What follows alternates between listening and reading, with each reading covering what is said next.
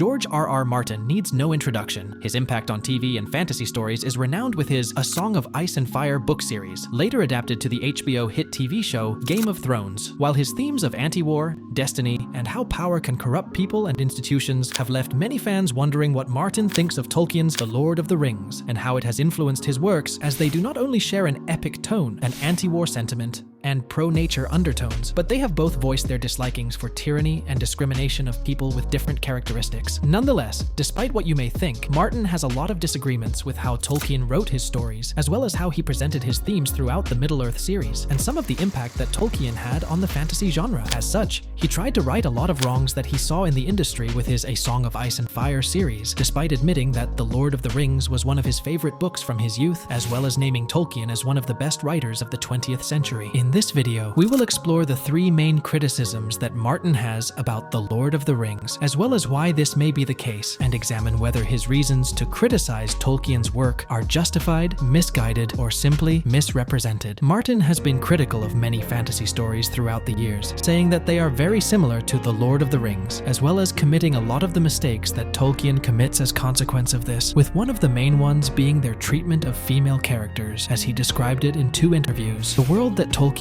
utterly masterfully set up is so patriarchal, it's so masculine. There are very few women. By the way, speaking of women, there were very few of them in Tolkien's work as well. That's been a matter of some criticism from the feminist faction. As we know, The Lord of the Rings did have its fair share of female characters. The 3 main ones that were the most active in the story are Galadriel, Arwen, and Eowyn, and they do contribute to the story. For their time, they were very progressive. Galadriel, who is shown to be a person with some political power, wise, and implied to be quite powerful, plays a crucial role in the final battle by providing moral support, shelter, and hope to the fighters, and by keeping the light and resistance against the forces of darkness alive. Her presence symbolizes unity and determination to fight for freedom and peace in Middle-earth, or in other words, she is a supporting character who is mostly there only to help the mostly male characters in their fight. Then we have Arwen, who is the love interest of Aragorn, and that's basically it. She may not be so unidimensional, after all she has that whole renouncing her immortality thing, but even there, it still revolves around Aragorn, so in my opinion, she is the worst of the 3 in this sense. And last but not least, we have Eowyn, which in my opinion is the best of the 3, and the one I personally like the most, as she is the most proactive one. She is actively helping the main squad, and actually helps in the final battle, giving the final blow to one of the Nazgul. Let's be fair, that scene of I am no man is so good. But she is also a character whose love plays an important part in her story, which in part pushes her into joining the army. This means that even though they are not bad characters by any means, it's curious to see how 2 out of 3, or 2/3, of all important female characters have love to a man as an important part of their story. And if we compare this with the men, well, the story has more than a dozen important male characters, and just one of them has love as an important part of his story, Aragorn. 2 if you stretch it a little bit and include Sam. And this is besides the fact that Eowyn isn't part of the main gang, she is more like a side character with some cool moments. And as much as I love that scene of I am no man, and how I find it very clever and subversive, this makes me realize something. Eowyn's whole character revolves around her being a woman and not wanting to be defined by gender roles, which for a book written in the 1930s and 1940s is very progressive and ahead of its time. But nowadays, it feels like, well, I will let one of the best thinkers of our generation explain it. You know, Amy, anytime someone calls attention to the breaking of gender roles, it ultimately undermines the concept of gender equality by implying that this is an exception and not the status quo. So even though Tolkien could have had good female characters, and they were certainly better than most of what you could find at the time, he still ended up writing female characters that weren't as involved in the story as their male counterparts, and ended up falling into very traditional roles for women, or were at least defined by them. I guess that, as much as Tolkien could sometimes be a progressive writer, he was still a product of his time. This becomes more apparent when we compare it with Martin. In his stories, we have characters like Arya Stark, who could be seen as an Eowyn improvement in many ways. She too opposes the role imposed on her at birth and society's expectations of her, but she doesn't have romance in her story, which some could say is a bad thing. You go from one extreme to the other. But to fix that, George has a secret weapon. He has a lot of female characters who are very active in the story in many ways, and that are very important, so when one falls in love or is just there as support, it feels natural, because that's what happens to normal people in the real world.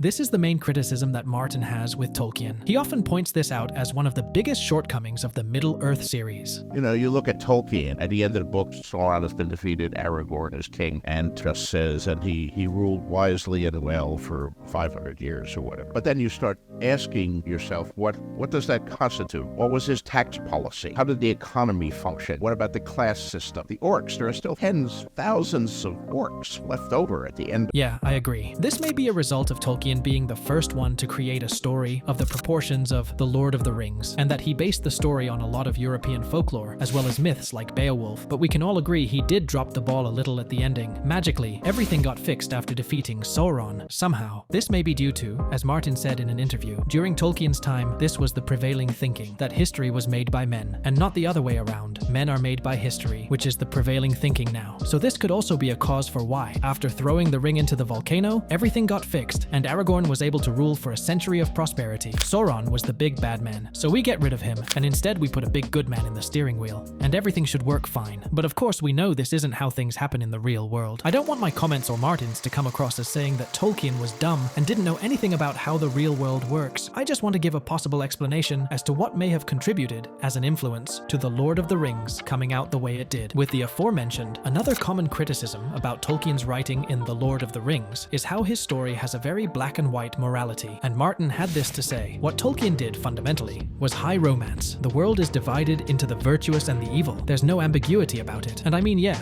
although the main cast may not always do the right thing, like in the case of Boromir's death, or Frodo succumbing to the force of the ring and refusing to throw it into the volcano, when we step back a bit and see the big picture, it's hard not to see how Tolkien just wrote a story of good versus evil. And I know we have the Silmarillion, which explains a lot of things like where Sauron came from, etc., but that's complementary material, and it's not like suddenly everything became grey. The Silmarillion and The Lord of the Rings still have the influence of one of Tolkien's biggest inspirations, the Bible. Tolkien was a devoted Catholic, and as we know, the Bible tends to be very black and white on many subjects. For God's sake, the story of God and Sauron's creation is basically the story of God versus the devil. Although myself, Martin, and many others have a lot of criticisms of The Lord of the Rings, I actually think the fact that so many people care and examine Tolkien's story to this degree, after more than 70 years after its publication, is a testament to how big of an influence Tolkien's work has been and the love people have for them. The Lord of the Rings has been the main influence in fantasy for almost a century, and Tolkien may as well be one of the most important writers of the 20th century, if not the most, and his works have helped shape the lives of many. The way I see it is this: for every one wrong Tolkien had, he made 10 rights.